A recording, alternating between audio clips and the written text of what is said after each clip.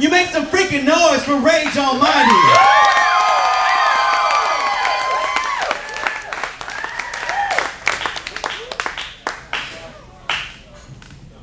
Dallas in this motherfucker.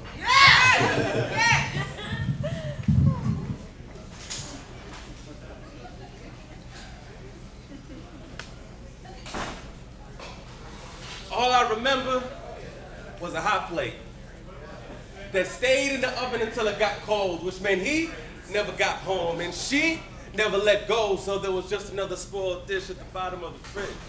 Cared more about him than she did her own kid, all alone with the bed to herself. And we was forced to fend for ourselves because leftover love is what he get. But when he was tired of running the streets, this is one of many places he come to sleep. But he was always gone before it was time to eat, so the fried chicken grew mold. And so did the devotion in his own home. I mean, the emotion was so old that the food had no soul. Mixing self-loathe in a recipe on a dinner table set for three, with cigarette butts and teardrops. And when I'd eavesdrop on another phone conversation, she'd be saying a name I've never known, because I always thought my dad's name was that nigga. That nigga.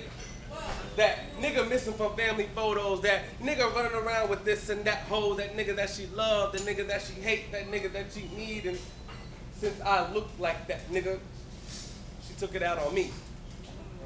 Figured he was out having a good time, so I got beat when I smiled.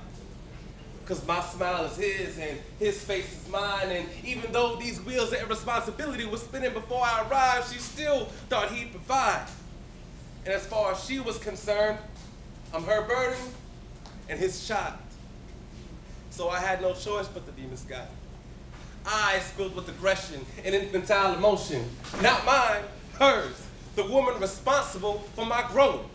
See, the addiction and loving the wrong man is more potent than dope is, so instead of smoking, she's heartbroken. Strung out over a lost soul and hopeless in a pursuit of happiness, because he's acting like he's homeless. And since all of her focus relies solely on his commitment, I in turn was a blur in both their visions.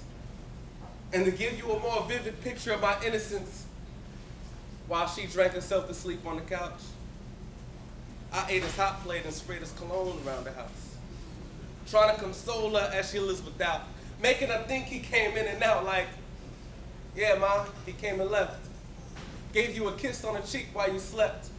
Didn't want to wake you or cause a disturbance, so he tucked me in, went to work, and said he'll be back for dinner. The glimmer in the eye for a moment's grace put comfort in hostility's place.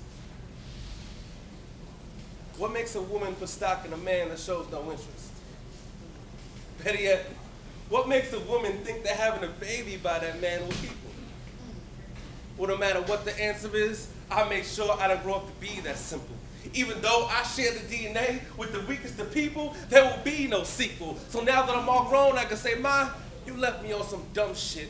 Conceived me with the man you weren't in love with. And if you think a son can't hold a grudge with his mother forever, then you got another thing coming. Because I can and I will. I am bigger than you. I will execute truth. My children will never be my mistakes. Hot plates will never go cold in my estate. And my queen will fulfill every duty required of that name. And as I learn to become better than you, I learn you better than you, and I have no fucking sympathy. Your negativity could no longer get to me, because the only reason you ever needed me is because misery loves company.